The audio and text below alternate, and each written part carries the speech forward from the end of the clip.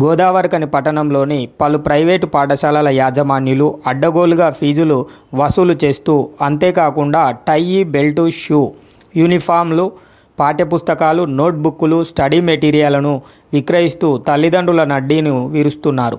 నిబంధనలకు విరుద్ధంగా కొన్ని పాఠశాలల యాజమాన్యాలు పాఠశాల ఆవరణలోనే పుస్తకాలు, నోట్ పుస్తకాలు, స్టడీ మెటీరియల్ను విక్రయిస్తుండగా, మరికొన్ని పాఠశాల యాజమాన్యాలు పాఠశాలకు పక్క గదిని అద్దెకు తీసుకొని అందులో విక్రయిస్తున్నారు.